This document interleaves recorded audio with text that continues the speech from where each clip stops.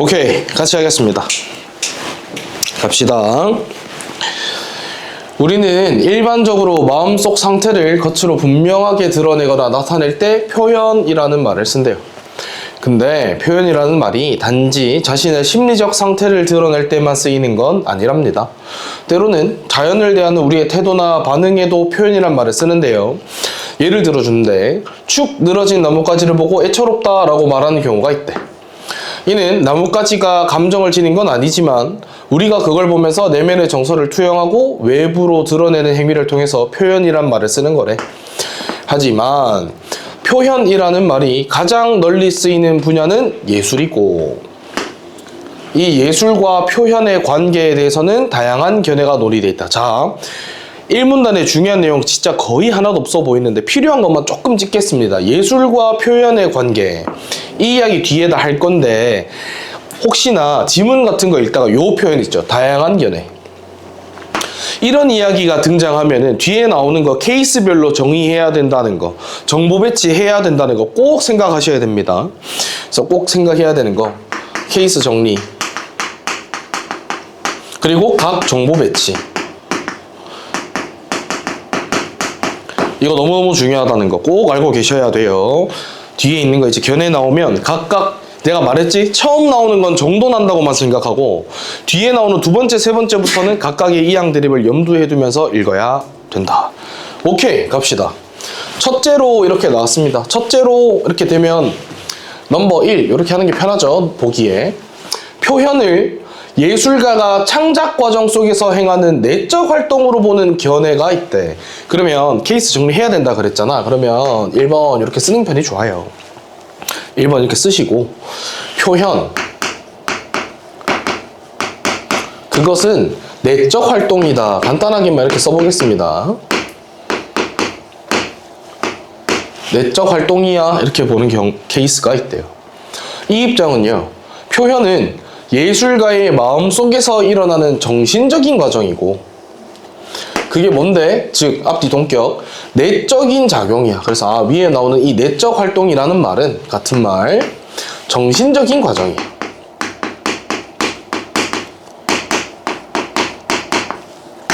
오케이. 이런 입장을 대표하는 사상가가 크로체와 콜링우드랍니다. 오케이. 크로체는요, 예술의 본질을 직관과 동일시했대. 예술 이꼴 직관이라고 말하는 사람이 크로체. 크로체는 예술이랑, 정확히는 예술의 본질입니다. 편하게 쓰려고 이렇게 쓰는 거예요. 이렇게 본 사람이야. 그의 관점에서 직관되기 이전의 것은 혼란스럽고 수동적인 것이고, 여기에다가 정신이라는 것이 개입되면 명료해지고 구조화된 이미지가 되는데, 여기서 말하는 이 정신이 바로 뭐래? 직관이래. 그건 여기 나온 이야기랑 똑같아요. 그죠? 그죠? 오케이. 그럼 이 직관이 뭐라는 건데? 이거 두 개야. 됐나요? 이게 크로체의 생각이야. 지금 뭐 한 거냐면 그냥 나열하고 있습니다. 제가 정보를. 왜 정보를 나열한다 그랬지? 뒤에 나오는 거 이항 대립을 뒤에 가서 위로 올라와야 된다 그랬잖아. 그 정보를 생각하려면 위에 걸 잘 정돈해놔야 돼요. 자, 따라서 그는 예술가가 직관을 통해서 내적인 이미지를 자발적으로 형성하는 활동이야 이렇게 생각했어. 이 사람에게 예술이라는 건 예술가가 이 직관을 가지고 형성하는 활동이랍니다. 오케이. 그런데 인간의 일상적 경험 또한, 잘 봐. 경험 또한이라 그랬으면 여기에 플러스에 돼야 한다는 의미죠. 봐봐. 경험 또한 이런 내적 이미지가 자발적으로 생성돼서 이루어지는 거야. 이런 관점에서 콜링우드 이렇게 이야기하잖아. 그러면 이렇게 구성된다는 거죠. 안 읽어봐도. 콜링우드는 예술은 뭐야? 경험. 근데 그럼 예술은 경험만 되는 거야? 아니야. 또한이란 말이 붙었으니까 직관까지 포함. 이렇게 서술할 거라는 걸 눈치챌 수 있거든요. 실제로 뒤에 읽어보면 우리의 일상적인 경험과 예술 간에는 차이가 없다 이렇게 주장했고, 기존의 미학이나 예술학이 일상과 예술 간의 연속성을 간과하고 있고, 예술의 일상적 정신적 예술을 일상의 정신적 삶과 유리시켜서 따로 떨어뜨려서 특수한 기능이나 귀족적 취향의 산물이라고 취급하면 안 된다라고 했다는 거잖아. 됐습니까? 그래서 뒤에 여기를 읽었을 때 콜링우드는 예술은 경험이라고 그랬네. 경험이랑 떨어뜨릴 수 없다 그랬네. 그럼 이제 뭐 하는 거예요, 사실? 여기 읽고 나서 위로 올라가서 그럼 크로체는 뭐라 그랬지? 크로체는 경험이라는 말을 언급한 적이 없었구나. 이렇게 이양 대립을 구성해야 돼. 그리고 이걸 선지에 분명히 넣었을 거라고. 그걸 염두에 두고 읽는 겁니다. 오케이. 물론 예술가는 일반인이 쉽게 도달할 수 없는 좀 더 풍부하고 좀 더 복잡한 직관적 능력이 있지만 표현이 만들어지는 방식 그 자체는 본질적으로 똑같아. 일상적인 경험으로 표현하는 거나 그 직관을 표현하는 거나 똑같아 라고 생각했대요. 됐나요? 이렇게 정리하는 거야. 자, 우리 첫 번째 거 정리했습니다. 표현을 보는 거. 다음. 아직 안 끝났네. 계속 좀 읽어보겠습니다. 자, 이처럼 크로체와 콜링우드는 표현을 인간 내부의 과정이라고 생각했어요. 따라서 예술은 예술가가 직관을 얻는 그 순간에 어디에? 그의 내면에만 있다. 이렇게 봤대. 내면에만 있어. 내면에만. 특히 크로체는 그림, 조각, 음악 같은 물리적 매체로 제작된 작품은 표현이라고 보지 않습니다. 그건 단지 예술가의 내적 직관을 기억하고 남한테 전달하기 위해서 외적으로 구현된 저스트 수단이다. 이렇게 봤대. 자, 작품을 그럼 이렇게 되죠. 크로체 이야기. 이 사람에게 작품이라는 것은 뭐가 아니야? 표현이 아니야. 이 사람에게 작품이라는 건 뭐야? 저스트 수단. 이렇게 봤대요. 근데 이렇게 이야기하면 물리적 매체로 제작된 작품이 의미가 없다라고 생각하게 되는 한계점이 있다 이거야. 됐나요? 자, 우리 지금 하나의 이야기가 어떻게 구성되어 있냐면 표현은 뭐뭐야. 그리고 거기를 대표하는 사람이 누가 있어. 그 사람들은 이렇게 이야기했어. 그리고 그것은 어떤 한계가 있어. 지금 이렇게 구성됐죠. 국어는 맥락적인 과목이라서 뒤에 나오는 문단들이 이 패턴에서 크게 벗어나지 않을 겁니다. 그럼 우리는 자연스럽게 구조가 나열만 해놓으면 대립된다는 걸 알 수 있는 거예요. 됐나요? 그래서 제가 이렇게 정리 잘 안 하는데 일부러 이렇게 정리를 했습니다. 그러면 두 번째, 세 번째, 네 번째, N번째 반복되면 옆에 잘 정보를 배치만 하면 되는 거예요. 제가 제일 시작할 때 이렇게 그랬죠. 다양한 견해라는 이야기가 나오면 케이스별로 정리해서 정보만 잘 배치해 놓으면 된다 그랬잖아. 그걸 지금 우리가 같이 한번 연습해 본 겁니다. 하실 수 있겠죠? 오케이, 같이 보겠습니다. 이제 둘째, 여긴 좀 지울게요. 이제 이렇게 똑같이 옆으로 그냥 나열만 시켜놔도 돼. 자, 둘째로 표현을 예술가가 작품을 통해서 자신의 감정을 전달하는 행위다 이렇게 봤대. 아까는 내면이라 그랬잖아. 지금은 전달하는 거래. 감정 전달. 이 관점은 예술의 본질을 소통에다 두고요. 뭐 아까랑 똑같은 패턴이지. 그럼 옆에 쓰면 되는 거야 그냥. 소통이고 톨스토이가 대표적인 사람이래요. 똑같은 패턴.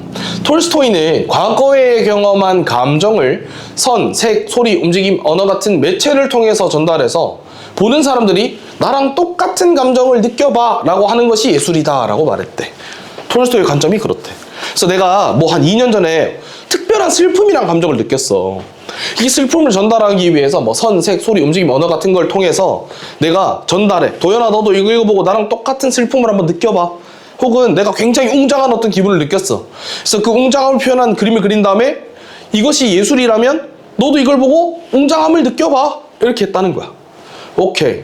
자, 이 입장에서 보면 예술은 예술가랑 관객이 감정을 공유하는 과정이죠. 내가 슬펐으니까 너도 한번 슬퍼봐. 내가 웅장했으니까 너도 한번 웅장해봐. 예술가는 자신의 감정을 섬세하고 주도면밀하게 표현해야 하고요.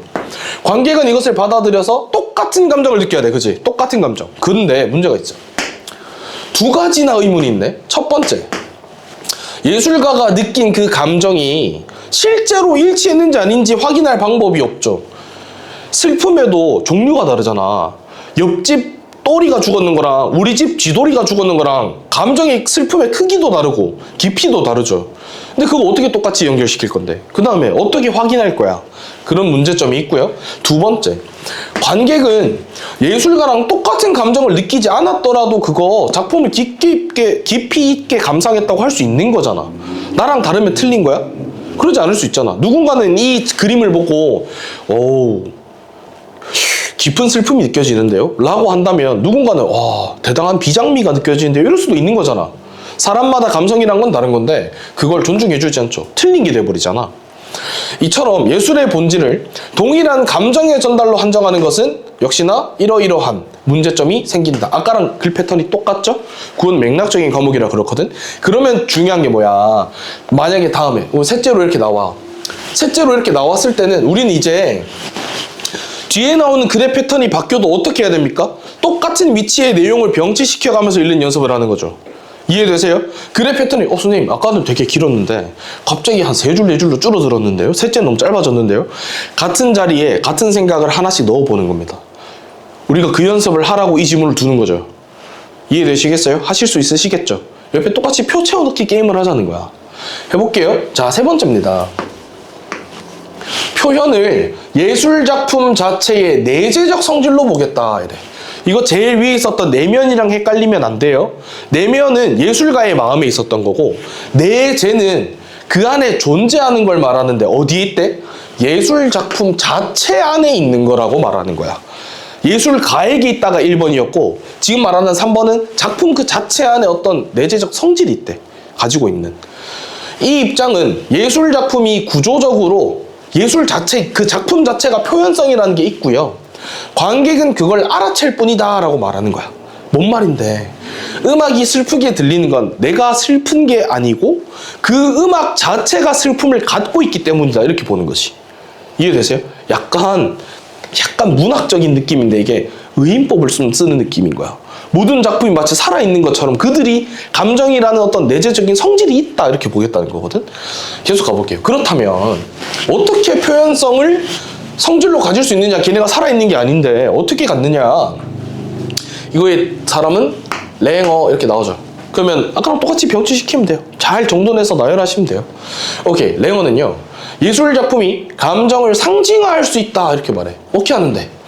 그는 어떤 대상이 표현되는 건 인간의 감정을 드러내는 정서와 행위에 딱 들어맞는 형식을 지니기 때문이라고 말했거든? 그게 뭔 말인데요? 즉, 그러니까 동격이에요. 뭔 말인지 다시 설명. 예술이 상징화하는 건 감정 그 자체가 아니고요. 감정을 보여주는 게 아니고요. 감정이 시간이 지나면서 나타나는 육체적 변화의 패턴을 보여주는 거래. 그러니까 이런 거야. 나 지금 이렇게 가만히 있어 볼게. 내 감정 어때 보여? 모르겠죠. 근데 내 감정 어때 보여? 슬퍼 보이고 힘들어 보이고 지쳐 보이고 그죠? 그러니까 감정이라는 건 뒤에 있는 이야기를 제가 좀 쉽게 풀어주면 감정이라는 건 그 감정 자체로서 뭐가 있는 게 아니라 그 감정으로 인해서 사람들이 어떤 육체적으로 뭐가 드러나잖아. 눈물을 흘린다거나 웃고 있는다거나 이거 육체적으로 드러나는 거지. 그걸 통해서 이 사람이 지금 기쁜 감정을 느끼는구나, 이 사람이 지금 슬픈 감정을 느끼는구나를 알 수 있게 되는 거다. 그거를 음악에 그냥 녹이면 되는 거다.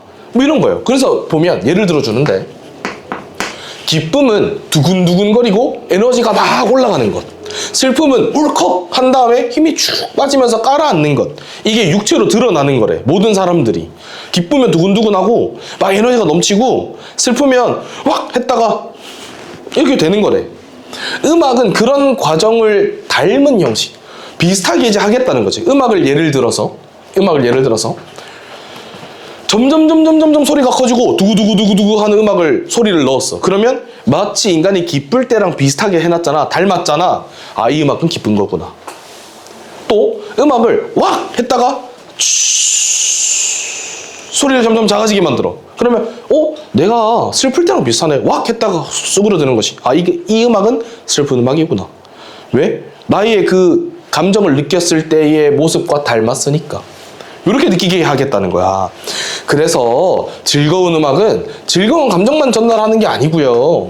즐거움이 생기고 확산되고 사라지는 과정을 리듬이나 선율, 강약의 변화로 뭐 하는 거야? 표현하는 거래. 이렇게 표현하면 아까 내가 말한 것처럼 소리가 막 커지고 두구두구두구 한 걸 넣으면 아, 이건 기쁘구나. 뭐 이런 걸 느끼게 하도록.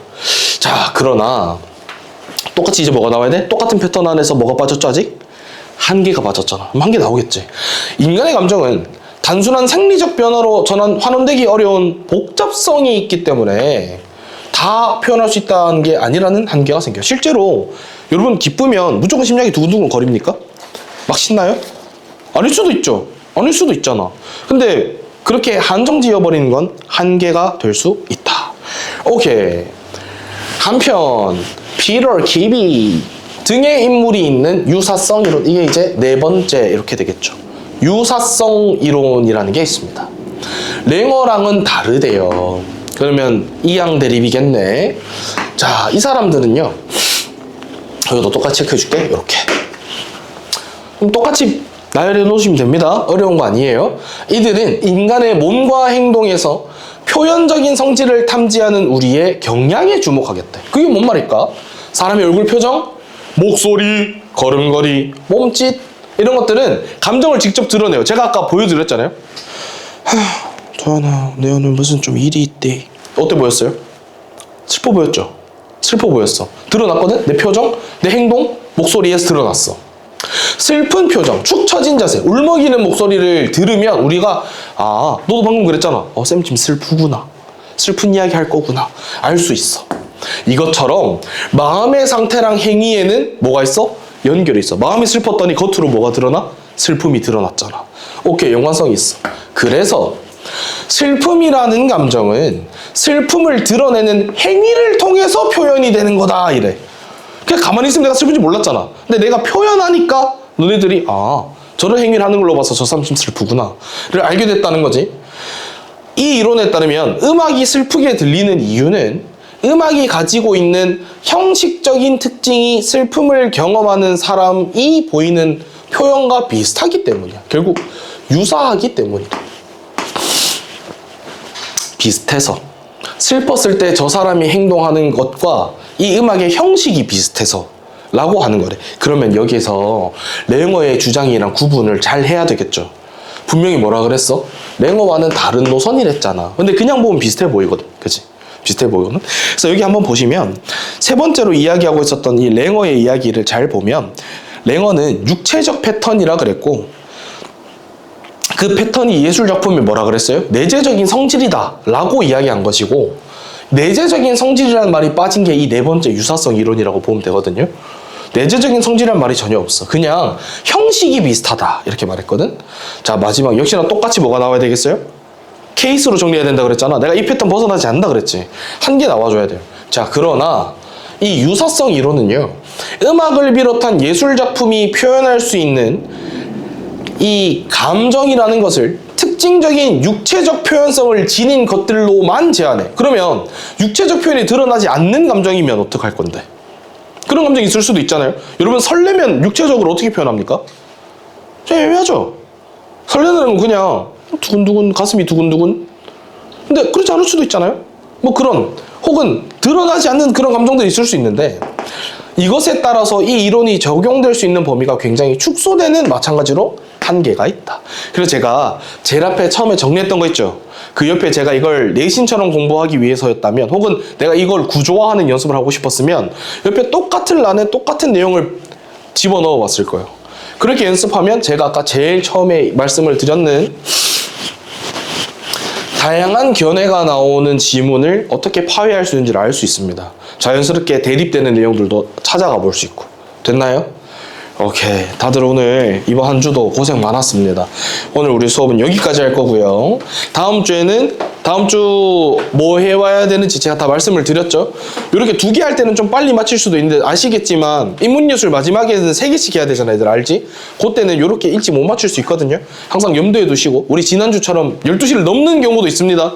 왜 이야기하냐면 도현이는 이번 주 처음 왔거든. 그래서 30분 일찍 마치네? 완전 개꿀띠. 그래서 매일 30분 일찍 오라고 해야지 하면 안 돼. 우리 지난 시간 12시 넘어서 마칠 때도 있었거든. 이럴 때도 있고 저럴 때도 있다. 고3은 시간 무조건 다 지킬 때까지, 그지? 요 봄이 끝날 때까지 하는 거야 무조건. 오케이, 다음 주에 봅시다. 조심해서 들어가세요. 공부 잘해서 와.